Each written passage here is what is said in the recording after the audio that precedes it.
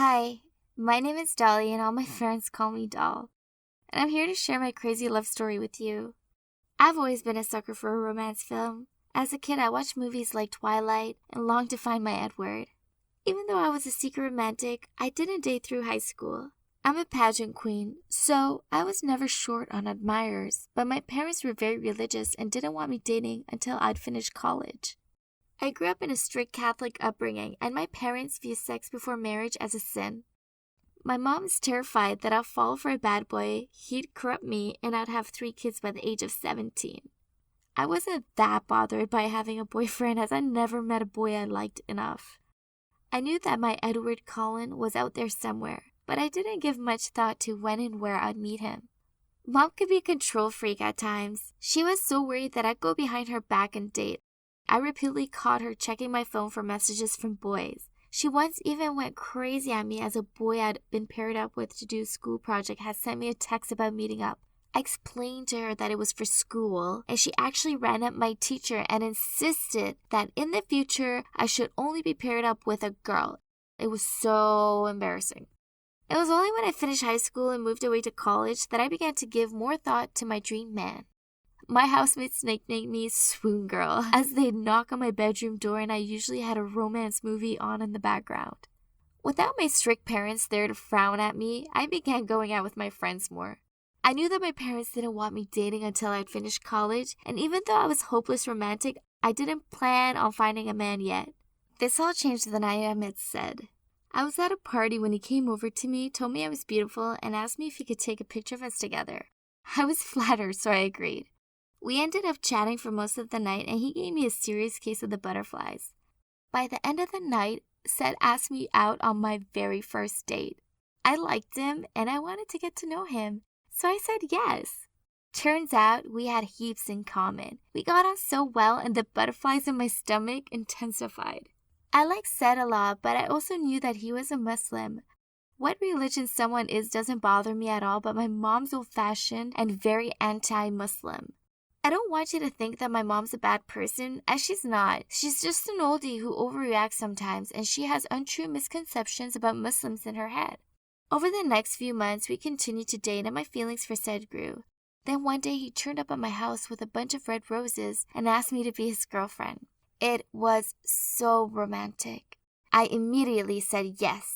Seth took me to meet his family. They were so lovely and welcoming. They didn't mind at all that I wasn't a Muslim girl, as they could see that I made Seth happy, and that was the important thing.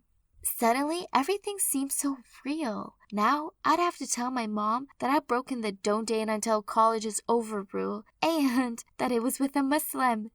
The more I thought about it, the more I freaked out. But I knew that I needed to tell my parents about Seth. I went home for the weekend, and over dinner, I plucked up the courage to tell them about him. Mom completely freaked out. She was so mad that she knocked her favorite vase over, then blamed me for it. Then she stormed upstairs in floods of tears. Dad was actually pretty cool about it. He hugged me and told me to follow my heart. He said that Mom needed time to come to terms with it. Then he told me the story about how when he'd first met my mom, his parents hadn't liked her at all. But when they got to know her, they realized how great she was. The next morning, Mom refused to speak to me at all, and it was so awkward. She spoke to Dad like I wasn't even in the room. She drank a whole mug of coffee without even acknowledging that I was there. I couldn't take it anymore, so I left early. It took 3 weeks before Mom started talking to me again. Then a further month before she stopped hanging up the phone when I mentioned Seth. After 2 more months, she finally allowed me to take Seth around to meet her. I can't even begin to tell you how nervous I was about it all. On the journey there, I was freaking out about it, but Seth calmed me down. He told me that he loved me with all his heart, and if our family and friends chose to accept us or not, then that was up to them. Regardless of this, his feelings for me wouldn't change. I realized that he was right. If Mom couldn't accept my choice to be with Seth, regardless of his religion, then that was her issue, not mine. Seth makes me happy, and no one should have to give up their chance of happiness to please other people. As I let Seth into my house, I was literally shaking with nerves. To my surprise, Mom was polite to him. It was mostly Dad that did the talking, but Mom didn't say anything rude. and she'd made a delicious red velvet cake for the occasion. There were a few times she asked personal questions about his religion that made me wince, but he just smiled at her and answered them the best he could. I realized that this was a big deal for Mom, and I was grateful for the effort she'd made. Before we left, I went up to Mom, whispered "thank you" in her ear, and kissed her on the cheek. It took a while, but Mom began to open up to Sed. At my 19th birthday party, she made an effort to talk to him, and she even introduced him as my boyfriend to other members of our family. It made me so happy to see the effort she was making, and I can see how happy it makes Sed too. If you're wondering if I'm considering changing my religion for him, of course I am, just like Bella in Twilight. I'm willing to sacrifice everything just to prove that my love is unconditional. I met the man of my dreams, and I'm never letting him go. Whatever the future holds, I know that as long as I have Sed by my side, that things are going to be amazing. You are probably wondering why all eyes are on us. This is nothing new. Actually, this pretty much always happens when we walk through school together. Look, they're truly the high school version of Kim K and Paris Hilton, aren't they? Agreed. They're quite charming. Yeah, that's us. I'm Robin, and the Hilton to my Kardashian is Allison, my BFF. Don't let her snooty look fool you. She's actually a really nice girl who's always there for me. I never had to worry about a thing being with her. We've basically been inseparable since forever. Ugh, Candace, you so did that on purpose.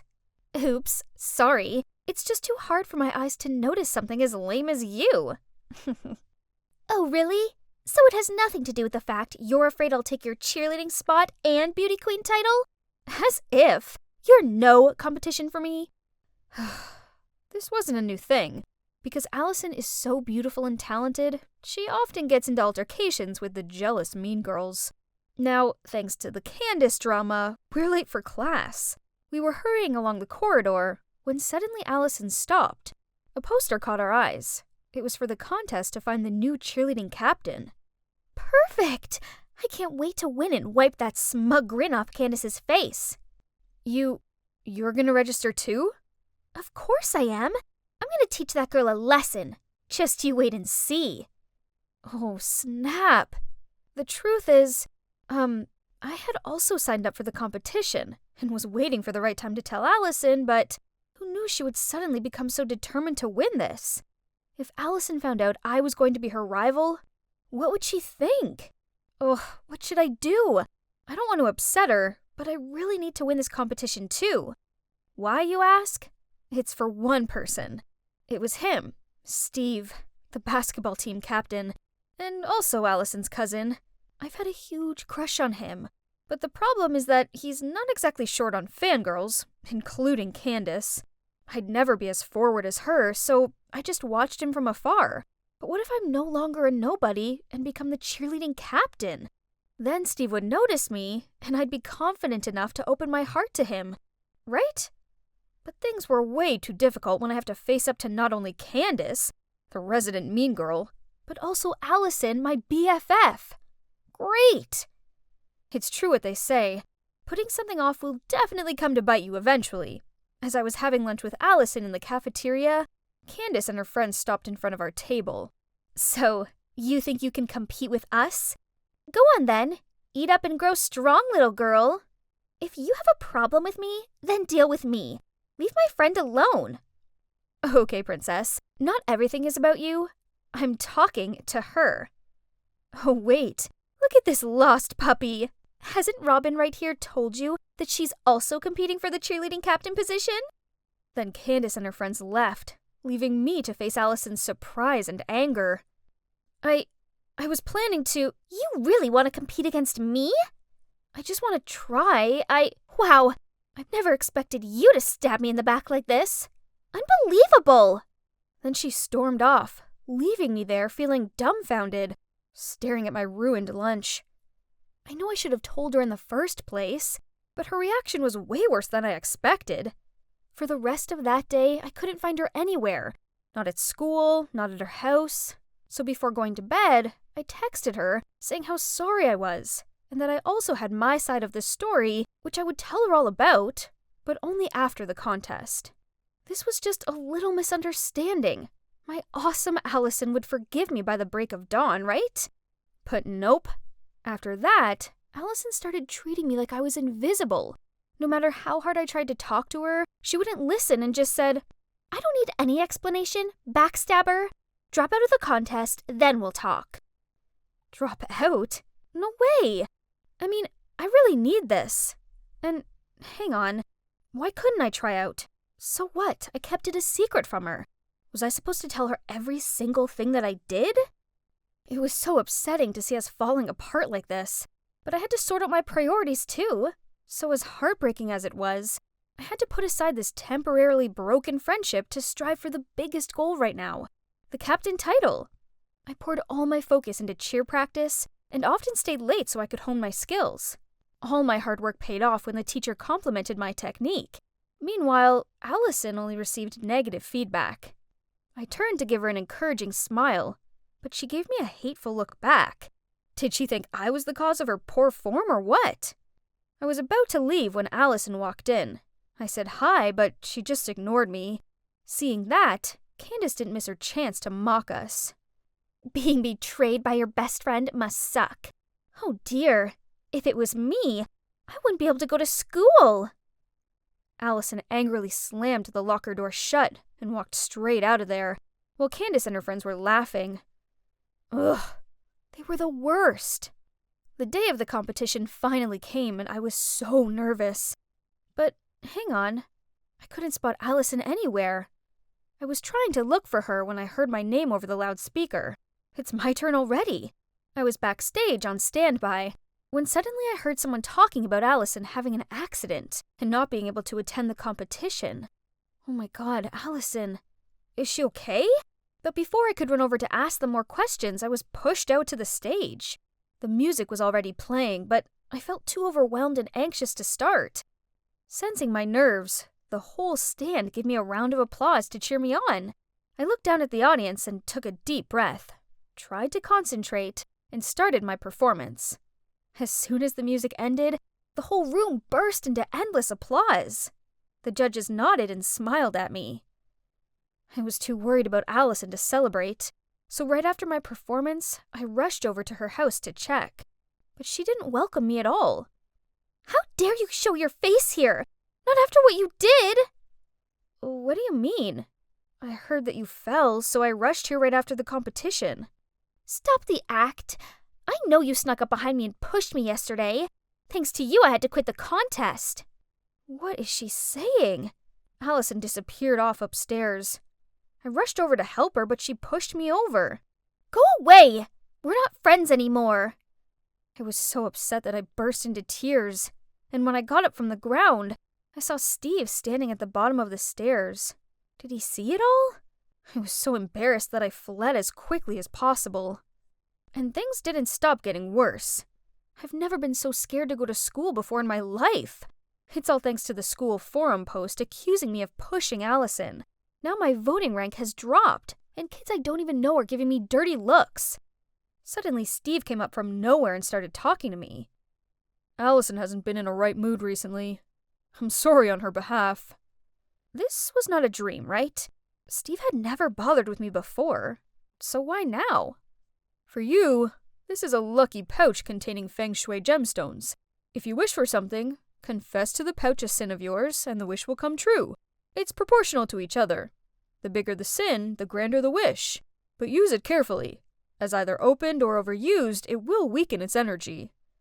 I watched as Steve turned his back and left. This was such a sweet thing for him to do, especially as everyone else was treating me like I was a walking plague cloud or something.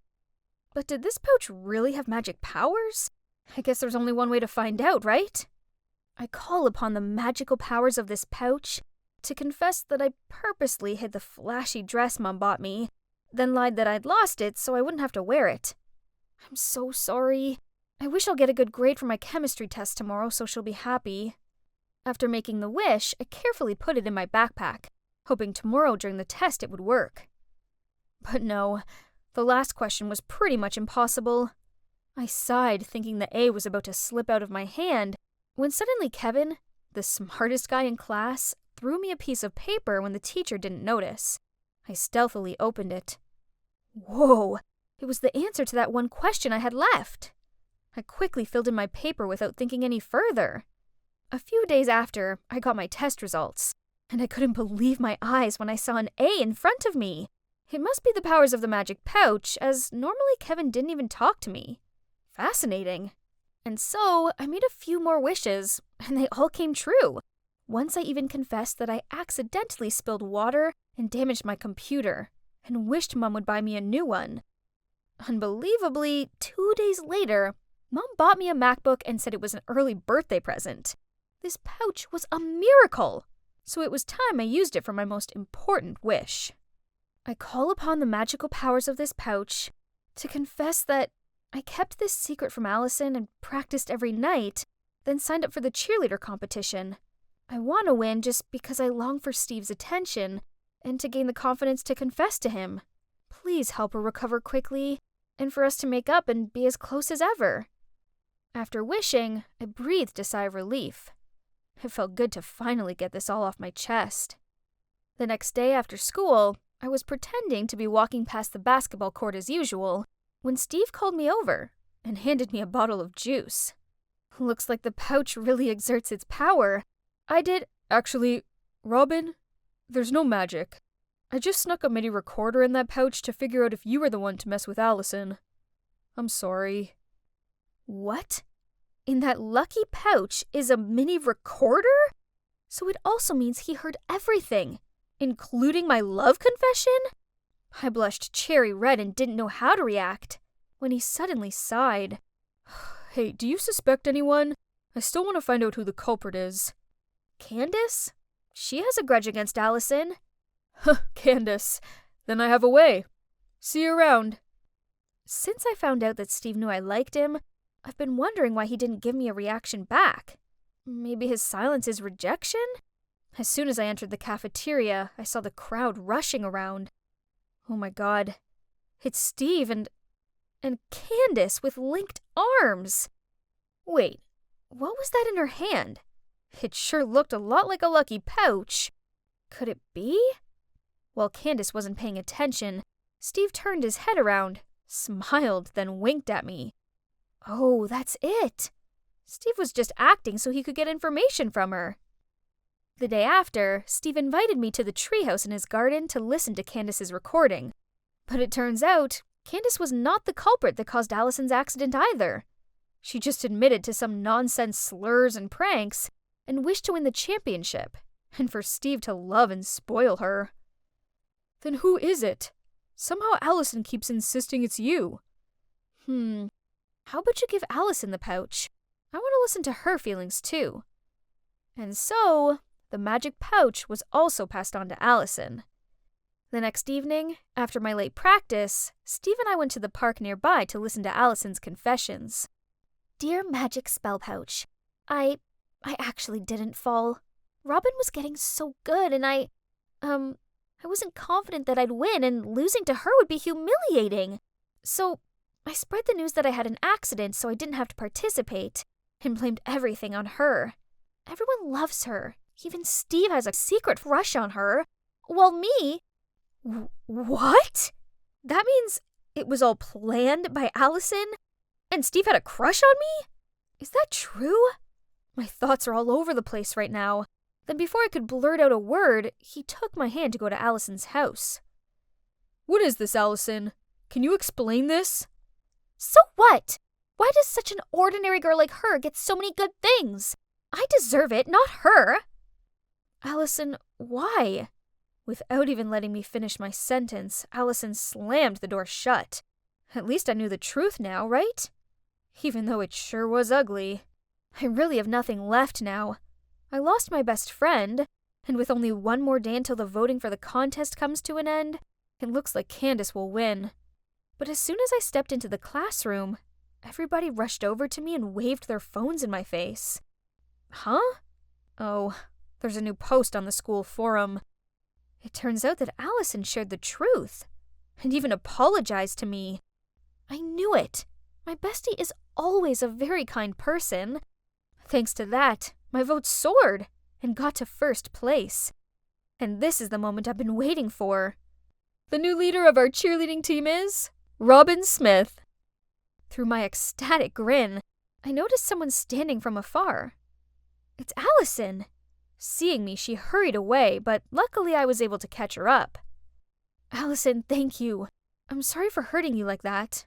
No, I'm the one at fault. Although it was awkward at first, we soon got past this, then managed to talk straight to each other. Allison apologized for everything, then she congratulated me and gave me a hug. Oh, right. Now that I'm the winner, I can confidently confess my feelings to Steve, right? No need, because he already did that to me. Thank you for staying beside me. But, Steve, I still wonder how that bag could fulfill all my wishes. The other things are understandable, but the MacBook was unreal. Yeah. I may have called your mom pretending to be the teacher and told her that a MacBook for studying was compulsory. Here it is. Thank God I found it when I did. Cosmic Jess? Who's Jess? I'm Jen. You're Cosmic Jess, admin of the secret astrology mailbox. Quit the act. I know it's you. I've read your notebook. Your astrological analyses are incredible. You sure did your homework on the boys I told you I want to conquer. You're my idol. Huh? Oh, turns out our hot girl Kira here, she's the weird girl who asked me, or should I say, my alias Cosmic Jess, to help her flirt with guys. Ugh! But out of all people, why does it have to be her who found out about my identity? She knew too much. Let's be friends, okay? I'll keep your secret. I swear! Okay, but no one can ever know about this. Secret friendship. I get it. Was it a friend request or a contract? I shouldn't be friends with the resident hot girl, but it seems like I didn't have much choice.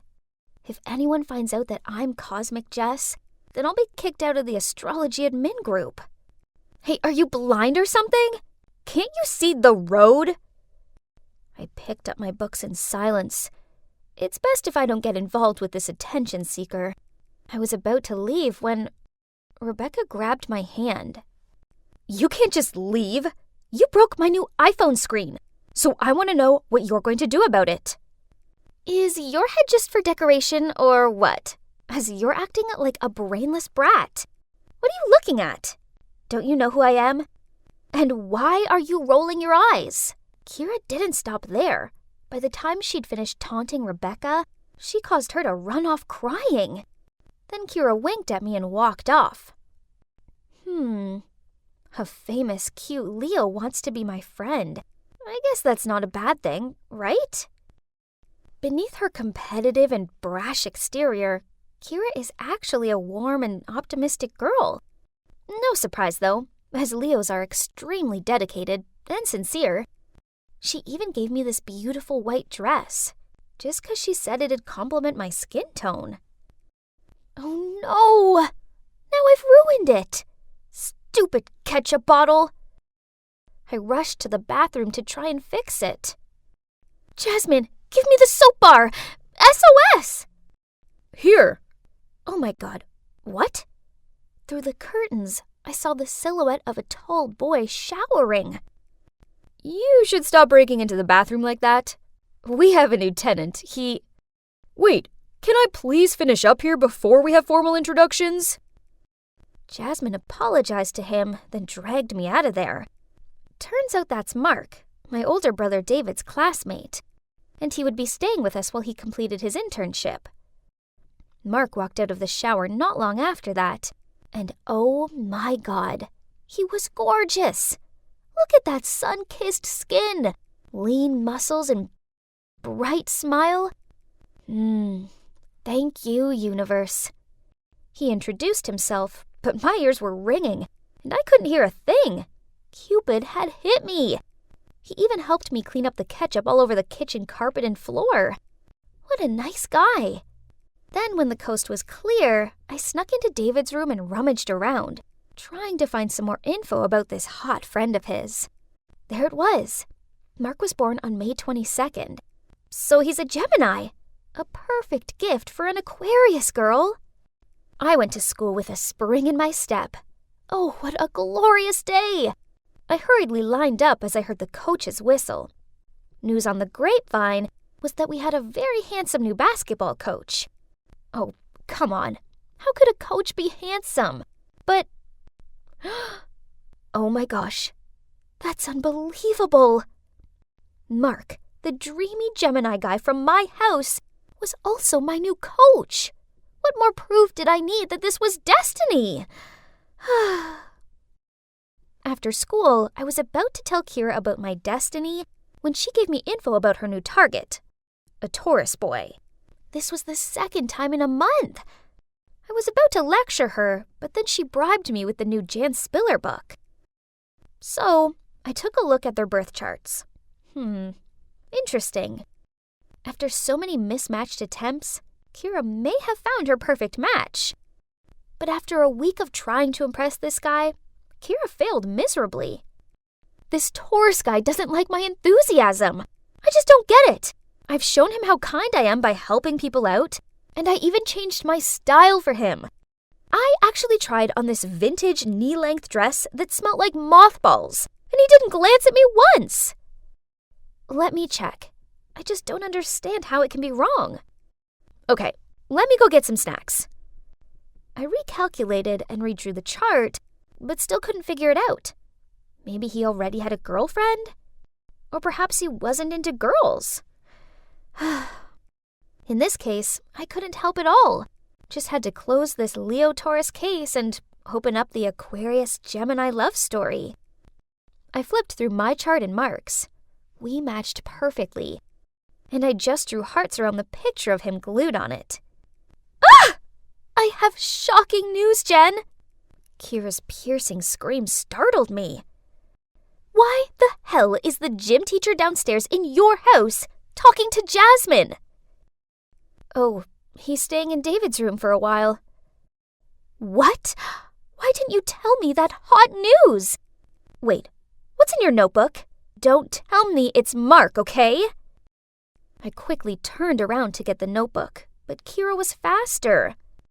So, you also like Mark. That's why you gave me the advice to be an idiot in front of him, right? Huh? Your Taurus guy is Mark? Of course, I didn't know that. I mean, he's not even a Taurus. Yes, he is.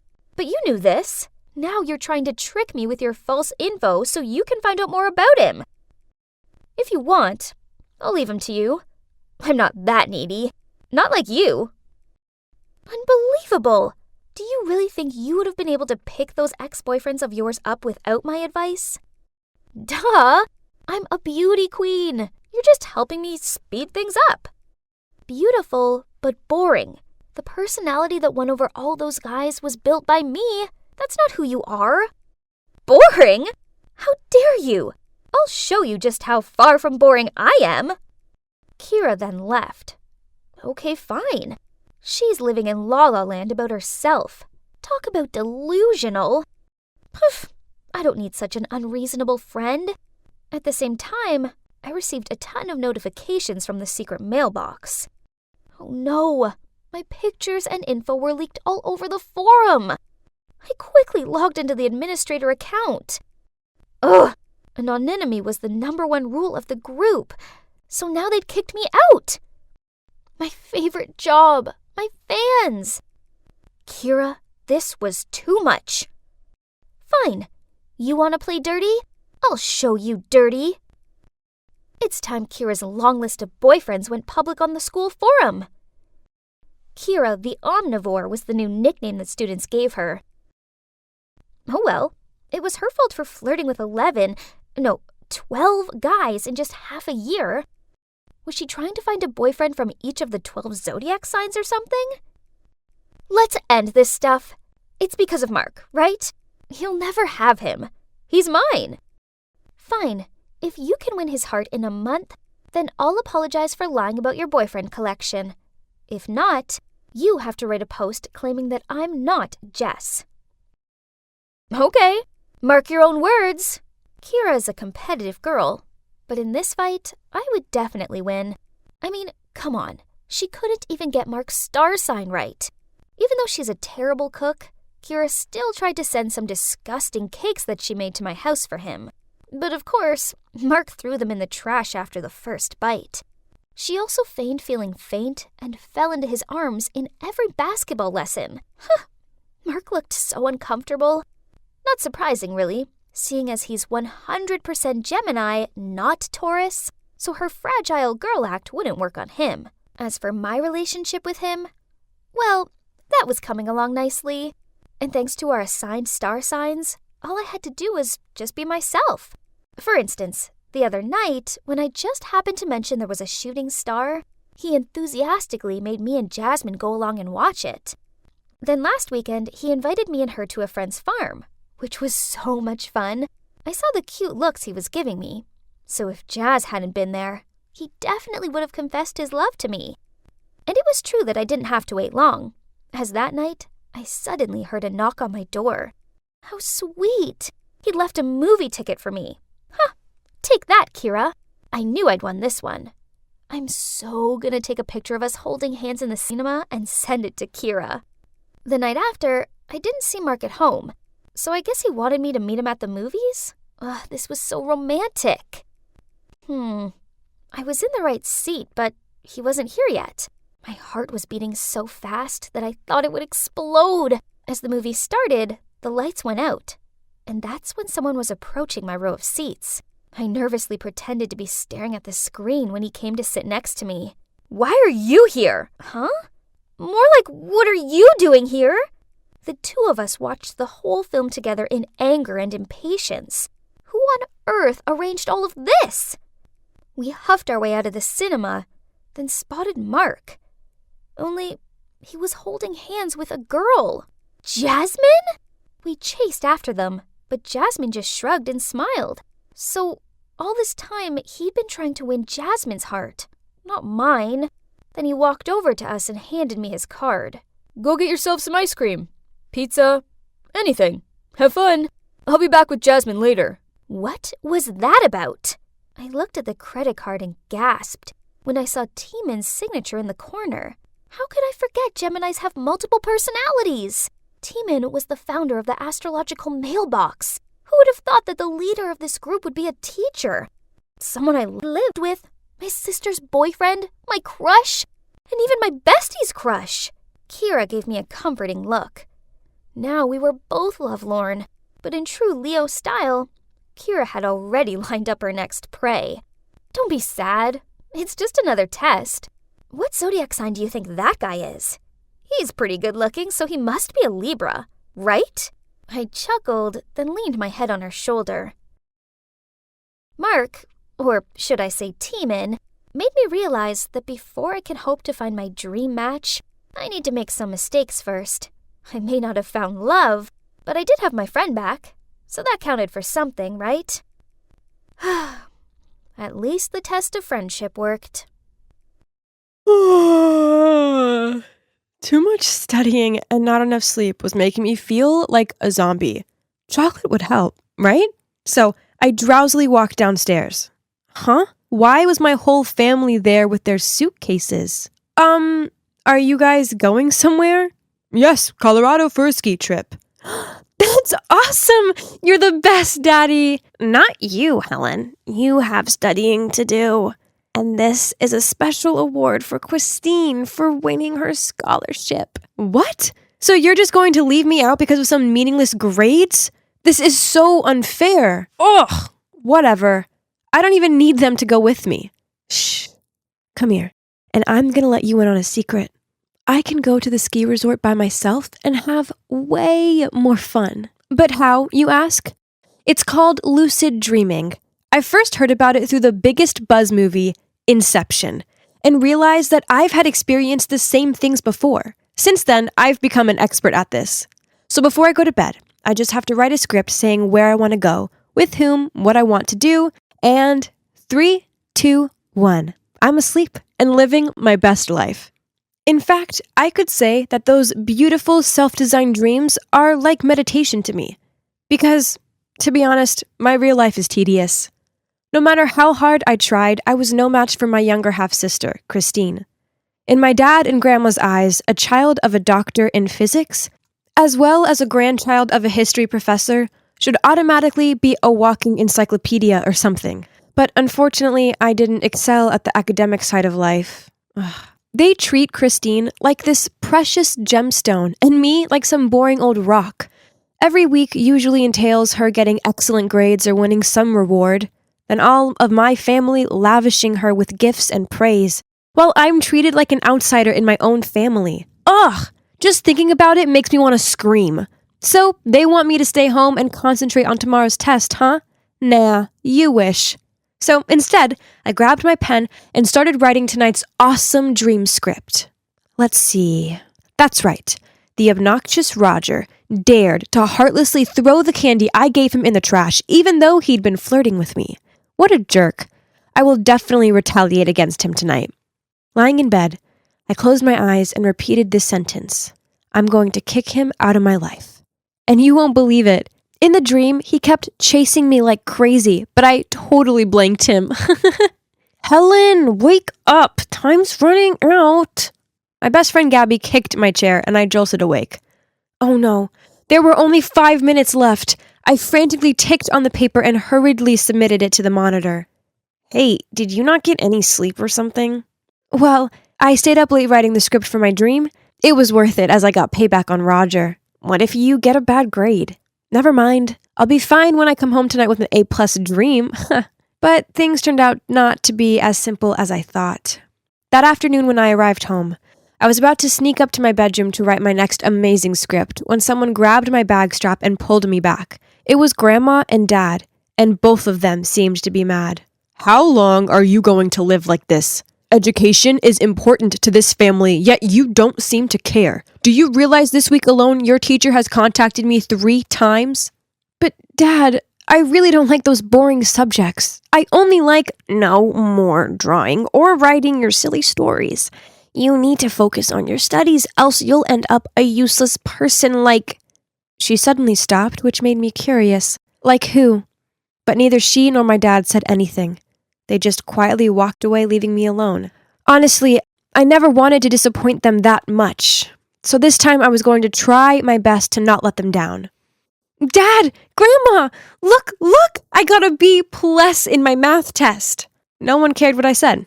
My stepmom cuddled Christine and looked at her with sparkling eyes. My wonderful daughter. I know the top student award is just a piece of cake to you, unlike someone else. Then she turned to me and tutted, Helen, please, you're making a show of yourself. That's embarrassing. My face fell, and I forced back tears. But I tried so hard to get this grade. A B+ is nothing to be proud of. I chucked my exam paper in the trash, then stormed up to my room. It didn't matter what I did or how hard I tried. This household would always treat me like a loser. Dream on, Helen. Go back to your happy place. In front of me was the crimson sunset sky. I'd been scripting this moment for so long, lounging lazily on the beach without anyone complaining. But suddenly the sky darkened, and the inky clouds seemed intent on swallowing me. Huh? What was going on? This wasn't a part of the script. Terrified, I ran into a forest, but it was so dark and spooky here, and I tripped over a branch and fell. Ouch!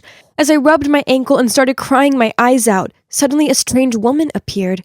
She took me into a wooden house at the end of the forest and gently helped bandage me up. This woman, well, she didn't scare me at all. Instead, I felt warm around her. Curious, I tried to take a closer look at her face, but then I suddenly woke up and realized tears were rolling down my cheeks. What a strange dream.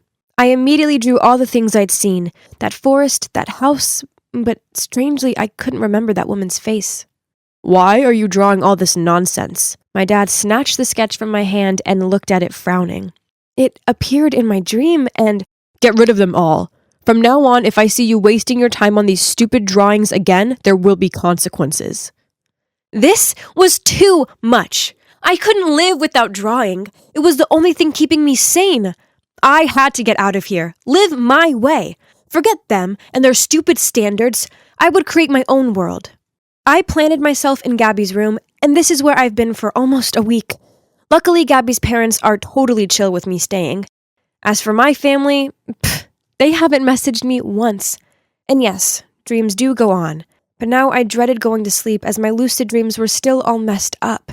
Sometimes beautiful, sometimes bad. And for the most part, it did not turn out the way I wanted it to anymore. Until one day, that creepy forest appeared again. No matter how much I screamed to wake myself up, I still couldn't get out of that nightmare.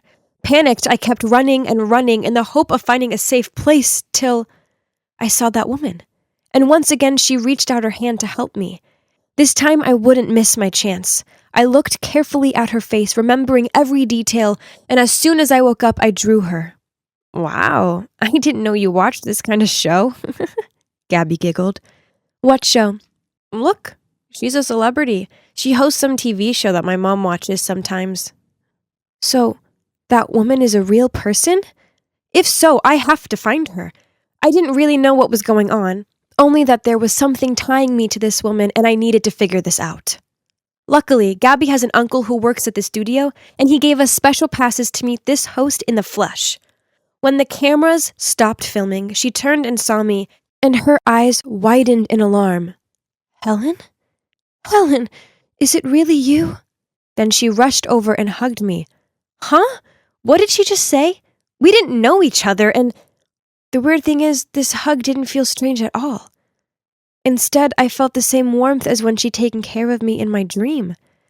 As she loosened her embrace on me and gave me this beaming smile, I said, and you are? Darling, it's me, your mother. That's when I realized something. Of course, she was my mom. Look, we had the same eyes. Needless to say, this was a huge shock. We hugged each other for a long time in tears. Then Mom took me backstage, got me a glass of water, then she told me everything. So after I was born, Mom once got caught up in a cheating scandal. Dad was angry about the damage this would do to his career, so he kicked her out of the house and wouldn't let her see me.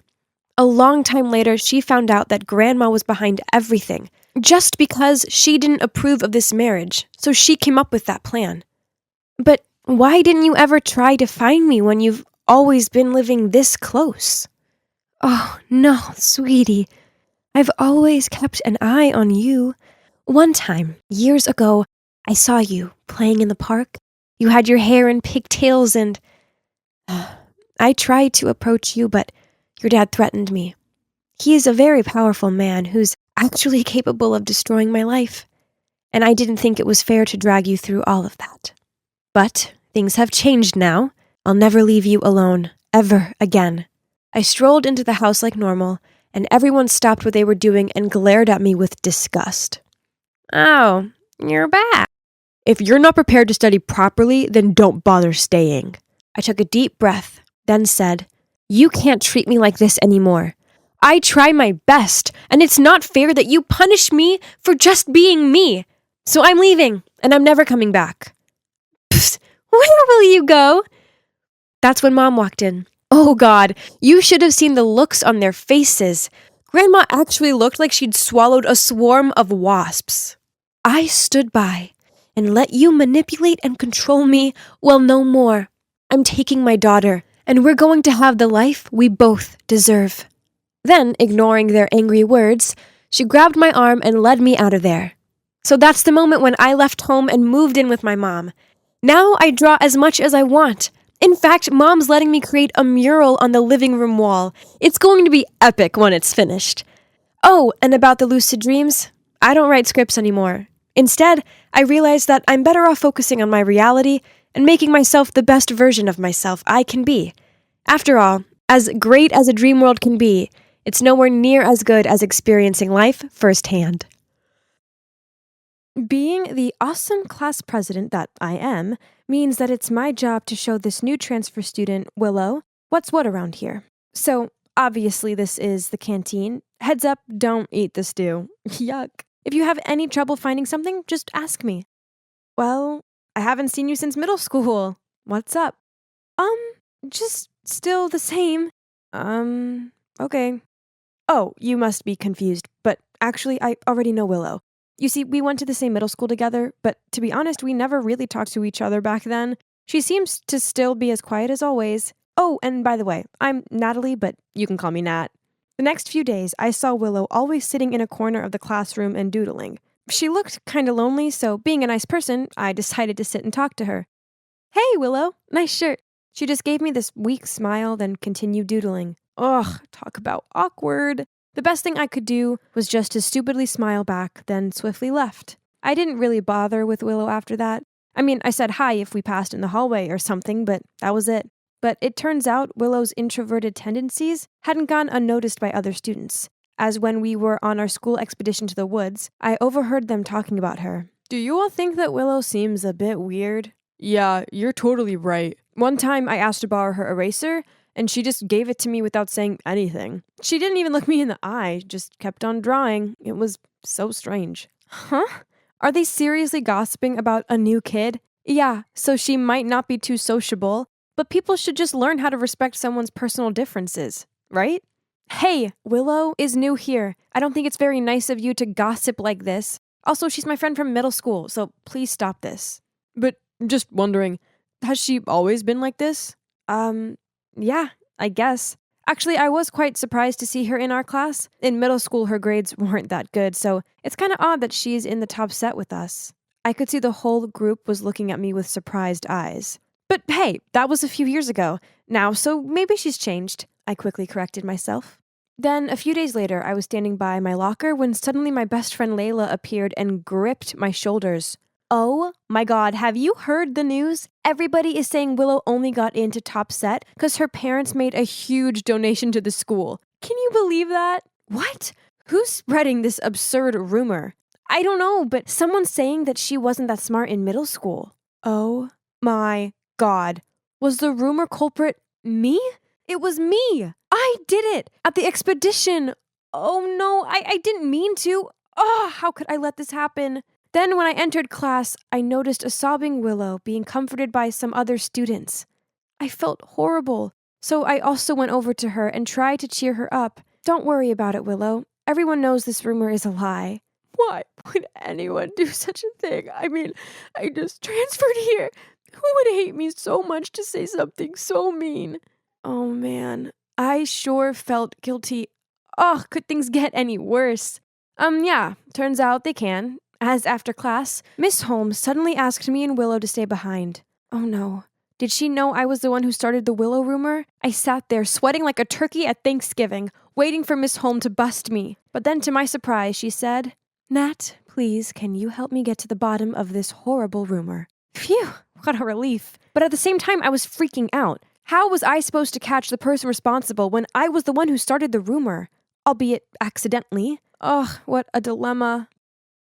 Wait a minute. I think I have an idea. What about I blame it on a troublemaker? It's not like they would care anyway. Whilst I'm a straight A student, and getting into trouble for this could affect my chances to get into a prestigious college and ruin my life. Right at that moment, this guy called Bob shoved past us, then leaned against the wall and scrolled through his phone. Bingo. Gotcha. I put one hand against the wall and gave him a suspicious look. Hey Bob, how you doing? Fine. So, about this Willow rumor? Who did you hear it from? Bob just shrugged and continued staring at his phone. Or did you do it? Maybe you were bored. So you spread the rumor to tease the new girl. Am I right? Or what? Only by then Bob looked at me. What? Are you crazy? I don't know this Willow girl. Besides, I was off all last week sick. Now leave me alone. Oh man, this was a massive fail. Now what should I do? I needed a minute to think. Okay, don't panic, Nat. You're smart, so you'll think of something. That's when I turned and caught a glimpse of Willow's sad face. Don't worry, I will find out who did it, I comforted her. But inside I was screaming. I hated lying to her, but this was an accident.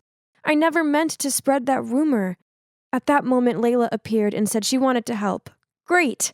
Like this quest wasn't complicated enough. Ugh. Layla told us that she heard the rumor from this nerd Ben. So we all tracked him down and asked him. But he heard it from some other dude, and it went on until a girl said that she heard it from Ashley. That's when I remembered that Ashley was on the talking group in the expedition. Oh no. I had to stop this encounter between us. So when they spotted Ashley, I started making weird noises and made out I had a stomachache. They were still going to her, so I had to scream loudly like I was in labor. In the medical room, I continued screaming as if I was in a lot of pain. The nurses diagnosed that it might be appendix pain, so I immediately needed to be transferred to the hospital. I instantly stopped screaming as soon as I heard that and said, "It's just that time of the month." Phew, that was close. But at least I've successfully stopped them from investigating Ashley. Well, I spoke too soon, because right that second, Ashley walked into the medical room, but thank God she didn't mention me. Instead, she said Carl told her about it. Phew. To my luck, Carl was absent today, so the manhunt had to end here. It would unfortunately continue tomorrow, though. As we warily walked out of school, I glanced over at Willow and saw that she looked really down. Ugh, that made me feel so bad. So to make it up for her, I asked her if she wanted to grab a sandwich. My treat, of course. And she said yes. That sandwich was so good. And Willow seemed to enjoy hers too. It was great to see her happier, so I decided to extend our trip by going to the mall. Willow kept on glancing at this dress, but it was out of her price range, so being the awesome friend that I am, I bought it for her as a gift. Well, that's the least I can do after everything I'd done to her, right? But then I noticed something weird. When I was standing at the counter to pay for it, I turned around and saw her smirking. Then when she saw me looking at her, she immediately smiled and thanked me for the dress. So strange. The next day, the rumor scavenger hunt continued. We cornered Carl and questioned him, but he couldn't remember where he heard it from. Layla asked him to think carefully, and he just shrugged and said he had no idea. Layla got suspicious, so she immediately reported him to the principal's office. I didn't even have a chance to stop her. The next thing I knew, we were being called out over the loudspeaker and summoned to go to the principal's office. Then Carl confessed that yesterday he got an anonymous message via Facebook saying that they were willing to pay him if he agreed not to tell the name of the person who told him the rumor. He showed us his phone, but all the messages and the user account didn't exist anymore. That's right. I was the anonymous user who contacted Carl yesterday. Thank God I deleted the messages and the account on time. But things weren't that simple. The principal decided to suspend Carl for withholding information. Finally, my plan worked. But why wasn't I feeling happy about it? On the contrary, I felt bad. Really, really bad. Blaming someone for my mistake wasn't right. I couldn't do that to Carl. So I stood up and blurted out, "It was me all along. I started the rumor, but it was an accident." Well, and that's it. Cue a 2-week suspension. Now Willow is refusing to hear my apology, and everyone else thinks I'm some villain. Only Layla has stuck by my side and remained adamant there was more to the story. Then, a few days later, when I was trying to curb my boredom with potato chips and a Love is Blind marathon, Layla came by and told me the shocking news. There may be a chance that I wasn't the person who spread the rumor about Willow. The thing is, Layla continued asking around school and ended up with a girl named Rosa, who had a reputation for gossiping. Rosa told Layla that she was in the bathroom when suddenly a girl in the cabin next to her started telling her about the rumor. Rosa found it odd, so she bent down to see who it was, but the only thing she could see was a pair of pink Nike Air Force One. Then Layla asked me, "You know who always wears those, right?" I nodded. "But objectively, there could be other girls who own the same shoes, correct?" Fortunately, Rosa also noticed an important detail that will help us close the case. The right shoe has a tear mark. I checked our suspect's shoes, and they match. So we finally knew who really did it. We just needed a plan to trap them. The next day, we called Willow to meet us at a cafe and told her that we found the real culprit. But when Willow arrived, she immediately got mad and yelled at me. "Stop blaming it on somebody else. Maybe the person heard you when you were speaking about me during the expedition trip." As soon as Willow said that, Layla and I immediately looked at each other and grinned. "What's so funny? I never told you that I spread the rumor at the expedition. I didn't even tell the principal. I only confessed that I was the one who said it. That's all." Willow looked shocked. Then we told her about Rosa and how she saw Willow's shoes, so Willow couldn't deny it anymore. "Okay, it was me. I've never liked you, and you think you're so perfect. So at the expedition, when I overheard you talking about me like that, it made me so mad that I came up with the idea to spread the rumor about myself and then blame it on you. So you'd look like a horrible person and I'd get people's sympathy. A genius plan, right? Oh my, oh my. Who would have thought that the victim herself was actually the one who did the crime?" Layla got so mad that she immediately wanted to report Willow to the principal, but I stopped her. I realized that it was partly my fault too. If I hadn't told people anything about Willow, then this never would have happened. So, well, after that, Willow and I stopped talking to each other. Actually, if I see her in the hallway, I'll purposefully walk the other way. But anyway, thanks to this incident, I learned some valuable lessons. Never, ever gossip, as it's just not worth it. And also, choose your friends wisely. I'm Evie from Georgia. So, I look like a regular teenage girl, right? Just you wait till you see what I can do. Kids these days are so rude and unruly. I blame the parents. There's just no discipline anymore. See, they don't even respect their principal. But no big deal. I know just how to handle them. There we go. Just a few words and the class immediately went silent. What is this, Mrs. Gardner? That trip was all we've been looking forward to for months. Thanks to everyone's disruptive behavior. Well, to be exact, thanks to the actions of you, 25 out of 300 students, no one has anything to look forward to this year. Okay, then go on, ma'am. Punish us. But why drag the whole year group into this? Other classes will definitely not leave us alone after this. Nobody likes being punished. That's why it works. Now, let's see what your peers make of this, shall we? The whole class was buzzing with, so unfair, abuse of power, wicked witch. Oh my, these kids, always full of energy. Go back to your seats and write an apology letter to Miss Helen, along with a promise to never misbehave again, or else. All of them reluctantly sat down. And there we have it. Oh my god. Who are you?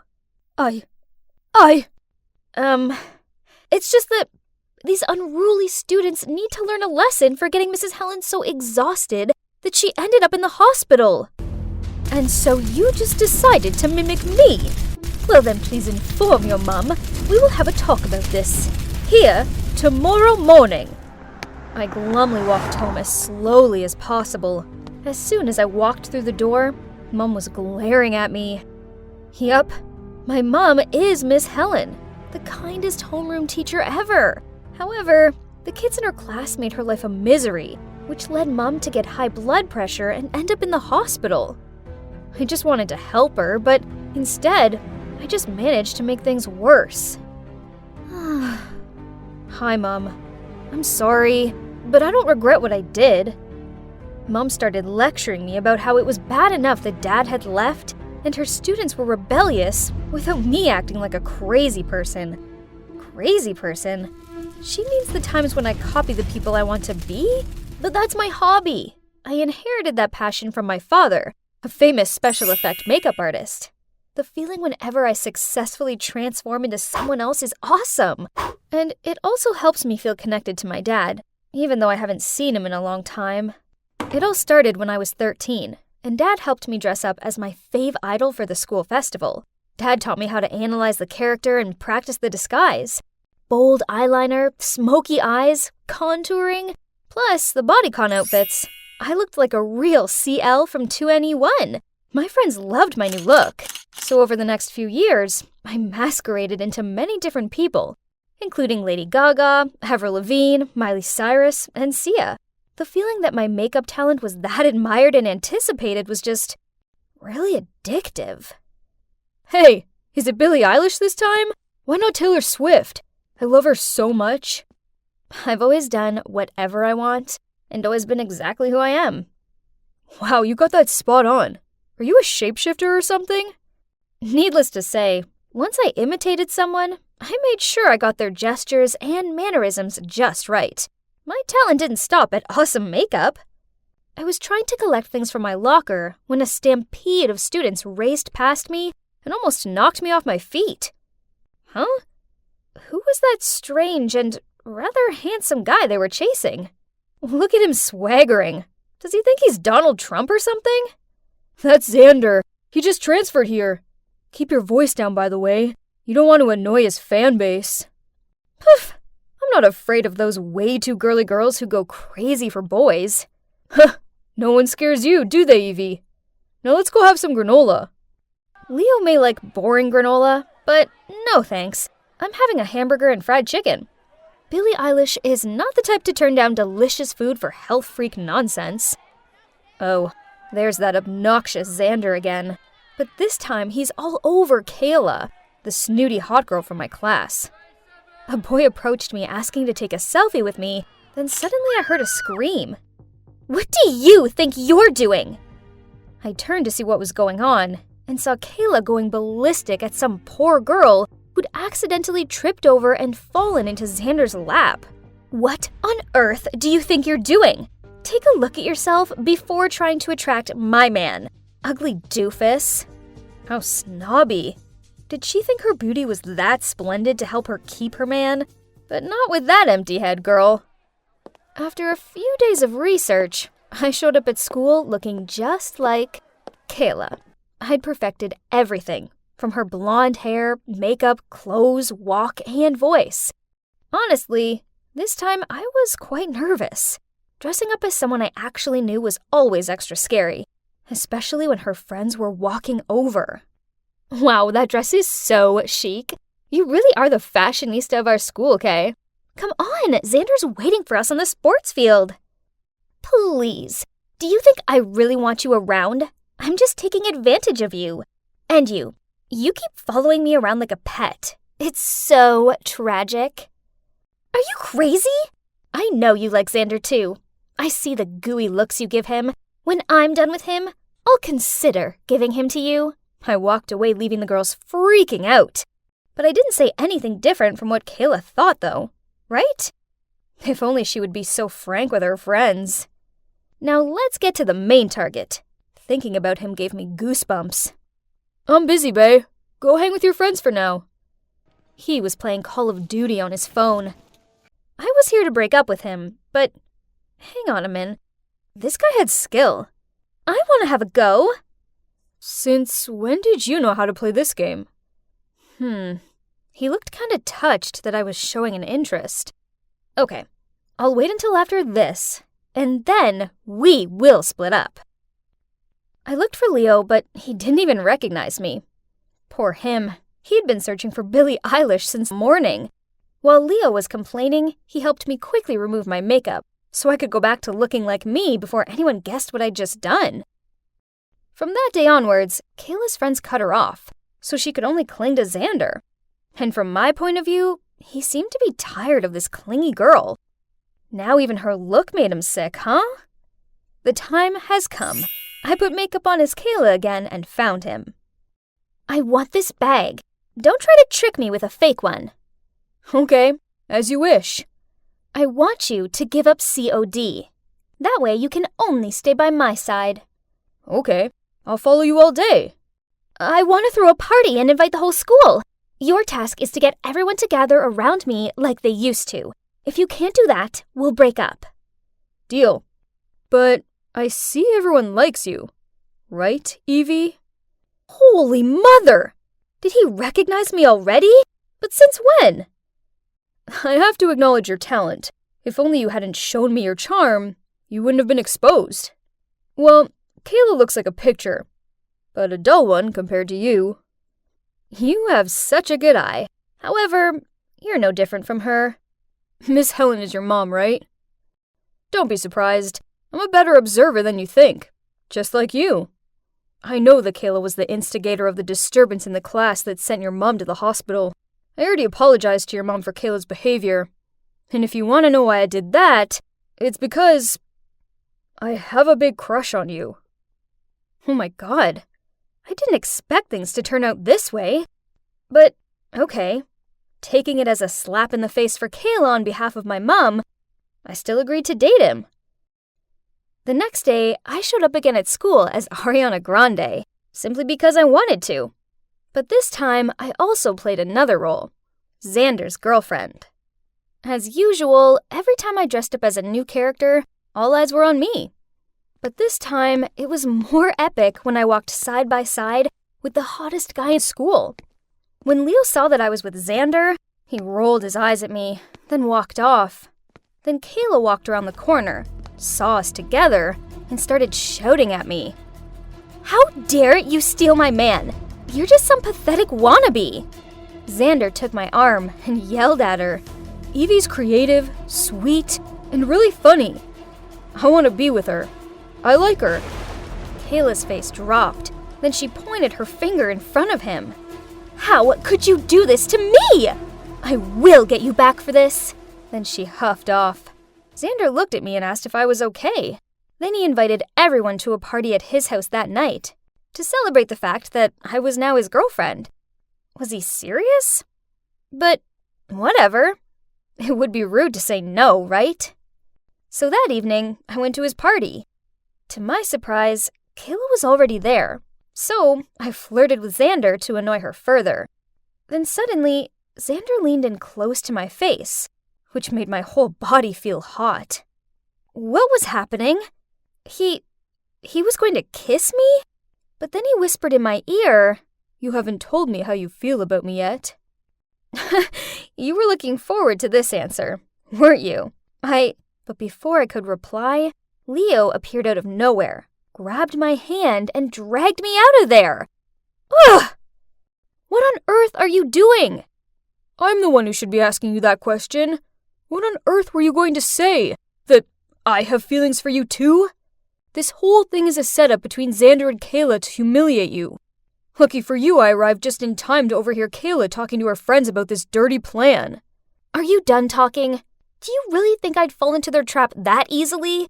I already know their dirty tricks, and I was about to tell everyone what jerks they are. But then you showed up and ruined my plan. I don't care how clever and perfect your plan is. How long are you going to continue this tiring game of dispute? They think just because they're both hot that they can treat everyone else like they're puppets. Well, I've had enough. Evie, you're better than this. I don't like this revenge-seeking version of you. Can you please just stop it and go back to normal? Leo walked away in a huff and left me out here alone in the street. I stormed home and took off my makeup. Why was Leo so mad at me? I did nothing wrong. The gentle Leo I knew never had gotten mad or even went against my will, and was always the most enthusiastic supporter every time I imitated someone. What had gotten into him? I called him continuously, but Leo turned off the phone. Ugh. I felt so alone, it was horrible. Then I heard a knock on my door. Mom peered her head around it. Seeing me upset, she came over and cuddled me. It felt good having her comfort me, so I ended up blurting out everything to her. It sounds like Leo was just worried about you. But as for Xander and Kayla, they're not worth your time or effort. Don't become someone you're not just to get revenge on people who don't deserve you. But suddenly, I heard rustling outside of my bedroom window. Then Leo poked his head through it. If you're not tired, then keep copying. You keep following me around like a pet. Go live your own real life. Mom and I both laughed along with him. Then I hugged Leo and told him I was sorry. It's true that pretending to be someone else is exhausting, and I must admit I was wrong to use Kayla's name to sabotage her relationships. Tomorrow, I'll find her and apologize, even though I don't want to, but I have to find a way to end this peacefully. Then, I can focus on just being me for a while, without any of the drama. I'd only just arrived at school, yet I could tell something was up. Dude, what's with all the fuss? Did Carl do something crazy again? Look at this. Jeez, gross. Sorry, wrong direction. This way. Here you go, Miss Stewart, the new principal of our school. In front of me was a stern-looking woman who exuded a terrifying aura. Ooh. Well, that was unexpected, as we all assumed that Mr. Smith would take the lead because he'd been serving as school vice principal for pretty much forever. Suddenly, everyone's phone vibrated. Why the stern face? She looks so angry at the world. Is she allergic to our skin? Every skirt is too short, lol. No dance party this year? Unbelievable. Is she a principal or a jailer? Warning you guys, she knows our secret smoking place. Jeez, look at all those faces pinned to their mobile phones. The gossip mongers. Over the next few days, rumors about our new principal seem to be everywhere. Info about her seemed more sought after than Imagine Dragons tickets. Also, from day one of the principal's arrival here, a series of bizarre stories began to circulate. One day I was walking into class and heard the most ridiculous story in the world. My school was haunted. Idiots. I quietly crept under the table, then suddenly poked my head up and shouted, "Boo!" which caused all my friends to jump in fear. Haha, losers. All that spook stuff is nonsense. You don't believe it, huh? Yet Stacy saw it. Oh no. Stacy? I didn't know they dragged my crush into all these silly gossip things. She's usually a smart girl. Not sure what had gotten into her. After that, Stacy lowered her voice and started talking passionately about her chance encounter with a silhouette that appeared in front of the principal's office. But worst of all, before she could get a closer look at it, it vanished. It was probably just the security guard. Nah, when I left, I still saw him dozing off in his room. He even checked the camera and saw Stacy just standing and saying hello, even though nobody was there. Creepy, right? Then the story went further, when someone claimed that the new principal was a witch and was bringing evil forces to the school. Oh my God, Stacy. I needed to pull her out of this mess of nonsense right now. But no matter what I said, she insisted. I saw it with my own eyes. What if she really is capable of dark magic? Oh, come on. We're not kids anymore, Stace. Evil forces, witches, demons, they aren't real. But it's you who might get in trouble when the principal starts investigating who's spreading the rumor. Josh, it's driving me crazy. I need to confirm what I saw. But I'm scared. Can you come with me, please? I hesitated for a moment, then nodded. Okay, back gate, 10 p.m. tonight. Let's just get it over with. Plus, it'd be a great chance to impress my crush, isn't it? That night, I arrived at our meeting point early and waited around. It was freezing, and not gonna lie, I got goosebumps. Okay, calm down, Josh. Ghosts were just tricks of the mind, and it's time to show my future girlfriend how tough I am. As I was deep in my thoughts, a hand suddenly touched my shoulder. Jesus, Stacy! Do you know what time it is? Oh, sorry, I'm a bit late. Did I scare you? Of course not. Let's get inside and end this obsession of yours. But how are we supposed to get in? Stacy pointed at a big hole in the school's fence that was hidden by a bush. We then carefully sneaked through it and successfully avoided the security guard. Piece of cake. Inside, the whole school corridor was pitch black, and the streetlight shone from the glass windows. The scenario looked pretty much like a horror movie, but there was nothing to fear, right? I used the flashlight to guide Stacy to the principal's office, when suddenly a loud screech sound made my heart want to stop. Stacy clung to me in fear. Relax, I think it's just the sound of the speakers crackling. Are you scared, Stace? No, let's just go. But then, as soon as the noise stopped, another creepy sound started up. Footsteps. Had the security guard spotted the two of us already? I turned around and there was nothing but an empty space. Just like that, we continued walking, and they walked too. And when we stopped, they stopped. Then as soon as the footsteps began to rush towards us, I grabbed Stacy's hand and ran as fast as I could to the principal's office and slammed shut the door. Listen, Stacy, the footsteps were probably from the security guard. You see, clearly, we're the only ones here, so stop believing in these things, okay? I just finished talking when suddenly the door burst open, and I could see a motionless figure standing there. That's him!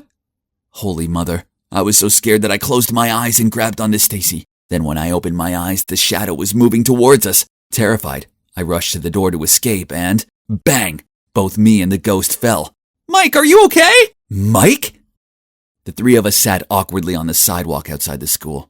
I didn't need the chilly wind to make my heart feel frozen. As it turned out, Stacy already had a boyfriend, and that boyfriend was none other than Mike, my best friend. Ugh, so much for me wasting my time playing hero. And if you're wondering why Mike was here, the answer was to help Stacy put on this phantom play. That's right. Both the crackling and the footstep sounds were all made by him. Hang on. Why did she make up this ghost story thing? Even prepared a whole play for me and the others to acknowledge it? Stacy explained that it was only because the new principal was too harsh, creating strict rules and making it difficult for the students. Huh? But I don't think any of these rules affect her much. I mean, Stacy had always been a model student anyway. So why did she have to take it to this extent? I asked, but Stacy just ignored me and asked me to keep it a secret. In the following days, people kept questioning me on my late-night expedition. At first, I just kept quiet because I didn't want to get involved in annoying gossip and to be reminded of how my best friend turned out to be my love rival. However, rumors about the haunted school spread quickly and reached the press. Fear swallowed the school. A few students even transferred to another one because they were so scared. Although I wasn't a fan of the new principal's strict rules, What Stacy did had gone too far. One day, I was about to find her to figure this out when I saw her walking alone down the exit stairs. "Stacy, I know you're the principal's daughter and the admin of the spooky group chat that has been on the rise recently." "What? Stacy's the principal's daughter? Unbelievable." "And wasn't that person Mr. Smith, the vice principal?" "Perhaps we're after one same thing. Don't you want your mom to work elsewhere too? Right? But your method doesn't seem to be working so well. So what do you suggest?" "There is an easier way, that is, hand me your mother's seal. I will take care of this." "That's too dangerous. How can I trust you?" "Now that we're on the same boat, you probably don't want your mother to know what you've done behind your back, do you?" As soon as Mr. Smith left, I immediately ran to Stacy. "No, you can't do that. You don't even know him personally. Be careful." But Stacy insisted on doing it on her own. She said that since her father passed away, she'd grown tired of her mother's rules. School was the only place she used to feel free. But now, that also been ruined for her. "I can't live 24/7 under my mother's containment. Do you understand?" Well, it's true that being a teacher's child must be stressful enough already. Not to mention being the child of a strict principal. That would surely be even more exhausting. But conspiring with Mr. Smith was a step too far, right? And what will be, will be. A few days later, a ton of messages regarding the principal faking test scores to improve the school's ranking broke out. And of course, she would be subject to disciplinary procedures and may have to quit her job forever for violating professional ethics. I looked over at Stacy. Her face darkened and suddenly she darted out of the classroom. I chased after her and looked everywhere for her, but she was nowhere to be found. Until I heard a sobbing sound coming from the abandoned canteen. Thank goodness, there she was. Seeing me, Stacy burst into tears and poured her heart out. She could not have foreseen the consequences of her actions and naively let Mr. Smith take advantage of her and created all this. "Stace, I think it's best to tell your mom the truth. There's still time to fix this, quick, before it's too late." She wiped her tears and gave me a hug, then agreed to go find her mom. "Mom, I'm sorry. I started the rumors and I conspired with Mr. Smith to help ruin your career." I thought the principal was going to go ballistic, but then to my surprise, she came forward and pulled Stacy into her arms. "I know things have been tough since your father was no longer with us. I've just been so worried about you making the wrong choices and going down the wrong path that I started to be stricter on you. I love you and never meant to put this much pressure on you. I'm sorry. Please forgive Stacy. She never meant to hurt you, and she feels terrible about it." "Everything's fine. Thank you very much, Josh, for telling me about this." "Huh? You already know everything?" "Yeah. I was so worried that you would be taken advantage of, so I told her about the conversation you had with the vice principal. As for the rumor that the principal had to quit her job, it was me who spread it. I mean, that's how Stacy realized what she did was outrageous and could have big consequences, right?" Although her mom forgave her, Stacy was still nervous because she'd given Mr. Smith her mother's seal. "It's okay, dear. What you did accidentally helped me to get evidence of his embezzlement by impersonating me. His misconduct will soon be handled. It's all good now. My work here was done. I fixed things with Stacy and her mom. But most importantly of all, I proved that the school's not haunted." "So what's next?" "Well, Stacy must have been so moved by my heroic actions and started developing feelings for me. As she broke up with Mike, not long after that, then asked me out. But he's my best friend, and there's no way I'm making him sad over a girl, so I turned her down. Besides, her mischievous side is kind of terrifying. Girls are dangerous." This was my first day at my new school, and so far, it was going pretty well. Can you believe the principal himself was giving me the guided tour, as well as showering me with praise? "Amber, with your impressive grades and outstanding academic achievements, you'll fit in nicely here. This is Leo, my son. He's another excellent student here, and he's going to show you around." Leo looked at me from head to toe, then smiled and winked at me. Huh? Was he checking me out? "And here's the library. Maybe we could study here together sometime." Sorry, but I prefer to study alone. Right at that moment, a guy walked past us to the librarian's desk. Oh my God!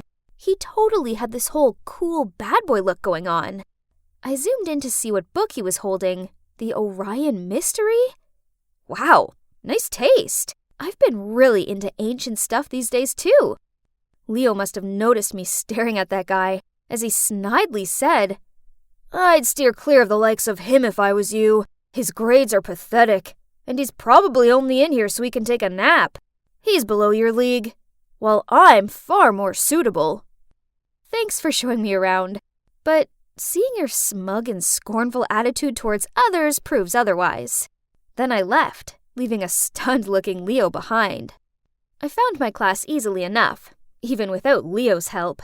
And my desk, yeah, there was no missing that. I mean, the huge bouquet with my name on it and a welcome hamper full of candy was a dead giveaway. And apparently, it was from the principal. Whoa. I knew he was glad I was here, but wasn't this a bit too much? Anyway, I shared all the flowers and candies with my classmates to get to know them better. So far, so good. And these two sweet girls, Jane and Ellie, walked to the canteen with me and showed me how to get the lunch tray using my student QR code. But then they pointed over to a group of students sitting next to the window and told me to go sit with them. Huh? Why can't I sit with you? You're not one of us. Then they went and joined another group. What did they mean by that? I looked around and noticed there were two menus, a delicious-looking one on the red board and a bland one on a blue board. It seemed the boards correlated to the trays, as more kids than not had the blue trays with the dull foods. I took my red tray full of tasty food and walked over to the window, where all the kids were sitting with red trays, including Leo. There's something really strange about this school. I was pretty awkward and didn't know what to do when I saw the Orion Mystery Boy walking in with a blue tray. So, without thinking, I approached him. "I saw you this morning in the library. You were checking out my favorite book." "So, should I return the book or what?" No, I just want to make friends." "Stop hanging out with this loser. A straight-A student like you should sit with us. We're different. See?" This was so stupid. So I told Leo I didn't need colored trays to tell me who I could and couldn't talk to, and that I was fully capable of making my own mind up. Leo and his friends looked furious, while the Orion Mystery Boy just grinned. Suddenly, a girl in the group spoke up with a super cold tone. "Don't worry, Leo. This new girl will soon figure out what losers they are." Then she signaled for the whole group to leave. After that, the Orion Mystery Boy and I started talking, and he finally told me his name. It's John. The blue tray kids were really nice. Way nicer than the red tray ones. I asked John what the deal with the trays was, and he said that this school divided its students into two groups. The red were top achievers, and therefore got better food, cleaner spaces at the canteen, just everything. While the blues were made to eat bland food and squashed into the corner of the canteen. Poof! This whole thing was dumb. So I continued hanging out with John and his friends. Only Leo and that girl he was with, Quinn, didn't approve. Turns out she's the best student around here, and that made her the leader of the Reds. On many occasions, Quinn and her minions had pulled me aside after class to tell me I should stay away from the blues. But I didn't care. Then one day, the school announced that it was looking for the next school president. I wasn't that interested in it, but my friends were eager for me to sign up. "If you're president, then you could make things fairer around here." "Right. Better food, better tables and chairs. Please, we need you." Well, they did have a point. I really wanted them to have better things. And I suppose being school president would look good on my profile. So I signed up. But wow, I didn't think I'd be this popular. My friends completely supported me, made colorful banners, and helped me come up with catchy slogans. And you know what? In the end, I got to the final round. Whoop! Now all I had to do was beat Quinn. But then something awful happened at the school. I arrived to find a bunch of students gathered around something. I squeezed through the crowd and... oh my God. The principal's beloved portrait was covered in red paint. Then across the loudspeakers, two names were called to the principal's office. John's and mine. "Do you two know why I've summoned you here?" John and I shared confused looks. No, huh? My portrait has been vandalized, and I know that Amber, you were the last one who passed the security guard yesterday. And John, you were caught on CCTV climbing over the back gate. Can you both please explain what you were doing so late at school? I couldn't find my math book, and I have an important math test coming up. So I came back to try and find it. And what about you, John? I knew it. An exemplary student such as Amber would never do such a thing.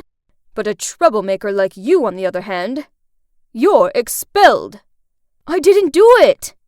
Please reconsider, sir. Please give me some time so I can find the one who's responsible. Very well. Seeing as it's you, Amber, I shall allow you 1 week to prove this boy's innocence.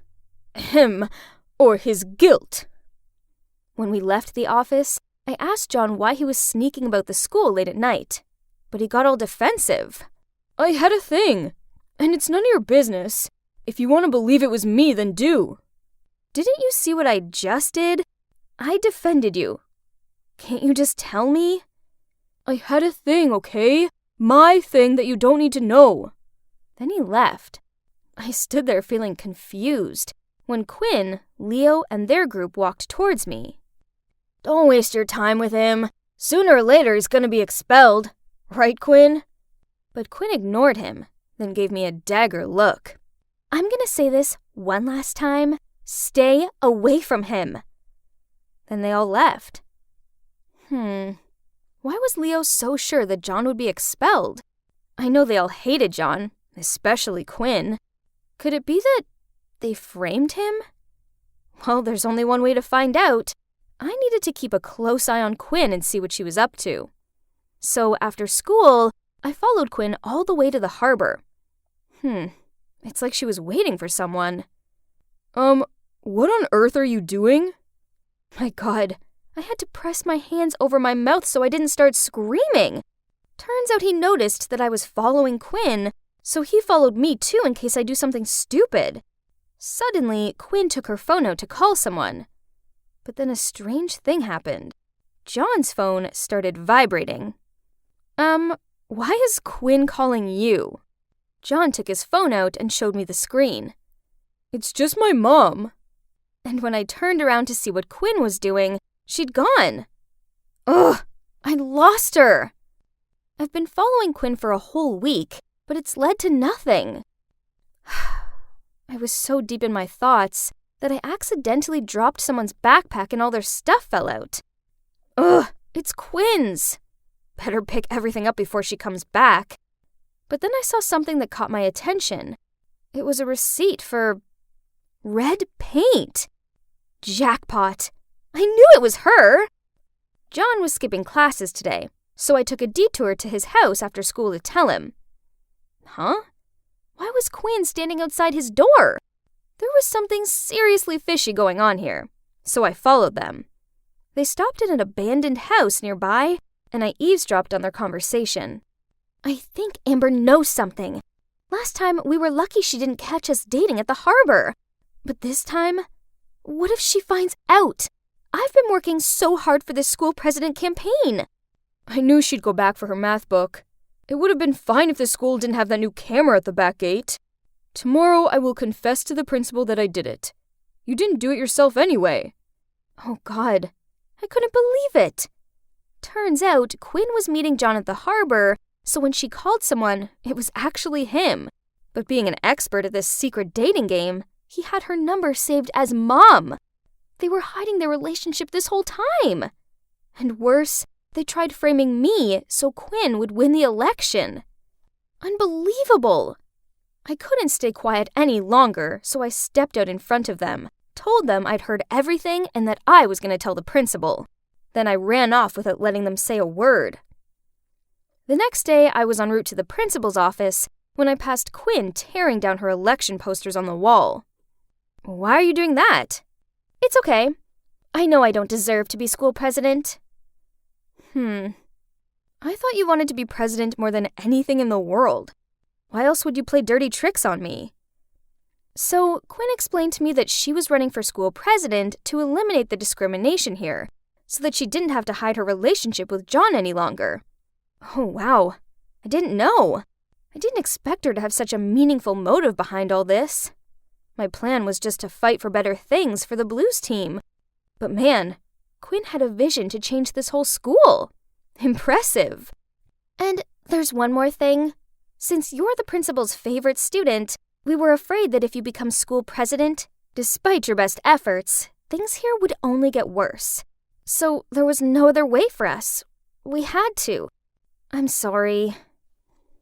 It seems like I misjudged Quinn, and I didn't want John to get expelled, so I said that I'd take the blame for the portrait incident. But it's all my fault. You don't need to do that. No worries. I'm sure to ace the math test and win a prize for the school, so there's no way he's gonna punish me.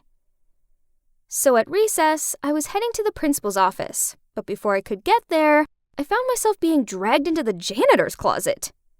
Oh, it was John. He was feeling guilty and didn't want me to take the fall. I was about to reply to him when I heard two familiar voices in the science room next to us. It was Quinn and Leo. Oh my God, we could hear them clearly through the ventilation hole. I can't believe it worked. Amber is such a fool. There's no way she'll be allowed to run for president and victory will be mine. So, are you really going to remove the division between the two groups just to freely date your stupid boyfriend in public? Are you fooled by that too? Of course I won't. No way. That was only to trick Amber and John. What I'm gonna do is make sure all troublemakers are gonna be kicked out of school. What? I got played? Again? Ugh! I turned to John and, oh man, he looked disappointed. Don't worry. I know a way to get back at them. On election day, Quinn gave her speech, and unsurprisingly, she went on about how the red group brings more to the school and therefore deserves their privileges. She really believes she could make a fool out of this Amber, huh?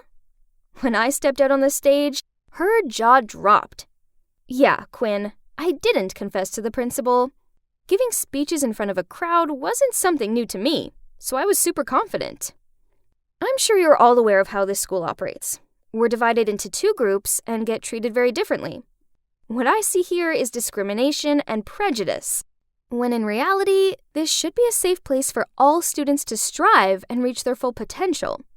So, I'm standing here today to tell you that if you choose me to be your next school president, I will break the barrier. Let's say goodbye to red and blue trays and hello to fairness and equality. After my speech ended, the crowd went wild. Wow! And surprisingly, some of the red group were cheering me too. You're probably wondering why I didn't expose Quinn in front of the whole school, right? As I see it, she'd had a massive reality check, so I think that was enough. I also spotted the principal quietly sneaking off with his head down, in the midst of cheers the whole school gave me. Could you guess who won? Yeah, me of course. John came on stage and handed me flowers in front of a furious-looking Quinn. I walked towards her and whispered, "Let's see how you're gonna get rid of the troublemakers now." She just sneered at me, then stormed off the stage. Later, we heard that Quinn confessed all to the principal. Then she transferred to another school. What about me? Well, after I became school president, I stuck to my promise and began making some serious changes to the unfairness of the school. And John, did we become a couple, you ask? Oh no, we're just close friends.